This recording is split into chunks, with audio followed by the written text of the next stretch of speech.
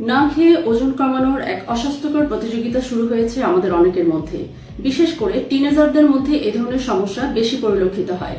না খেয়ে থেকে ক্যালোরি ডেফিসিয়েন্সির কারণে হয়তো সাময়িকভাবে আপনি কিছুটা ওজন কমাতে পারছেন, কিন্তু এটি কিন্তু আপনি বেশি দিন ধরে রাখতে পারবেন না।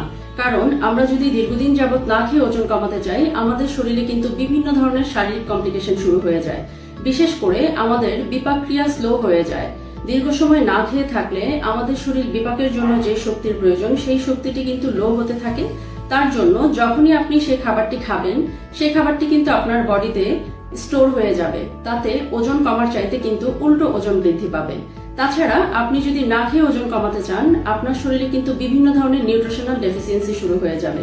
নিউট্রিশনাল ডেফিসিয়েন্সি হলে বিশেষ করে হিমোগ্লোবিন যখন লোপ পেতে থাকে, তখন কিন্তু বডিতে ওয়াটার রিটেনশন বেড়ে যেয়ে পানির পরিমাণ যখন বেড়ে যায় শরীরে, তখন কিন্তু উল্টো ওজন কমার চাইতে উল্টো ওজন বেড়ে যাবে। তাছাড়া আমরা যদি না খেয়ে ওজন কমাতে চাই, আমাদের শরীরে বিভিন্ন ধরনের ডাইজেশন প্রবলেম শুরু হয়ে যায়। দীর্ঘ সময় না খেয়ে থাকলে শরীরে অ্যাসিড সিক্রেশন বেড়ে যায়। তাতে কিন্তু গ্যাস্ট্রিক, পেপটিক আলসার, পেটের বিভিন্ন সমস্যা এবং ডাইজেশনের প্রবলেম দেখা দিতে পারে।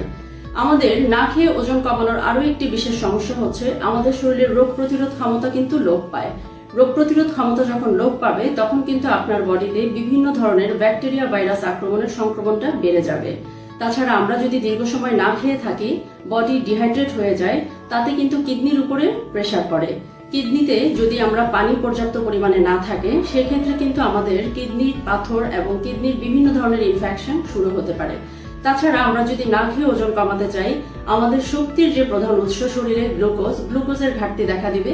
এবং গ্লুকোজের যদি ঘাটতি হয়, তাতে কিন্তু আপনার মানসিক অবসাদ, দুর্বলতা এবং অনেক সময় ভুলে যাওয়ার রোগও কিন্তু দেখা দিতে পারে।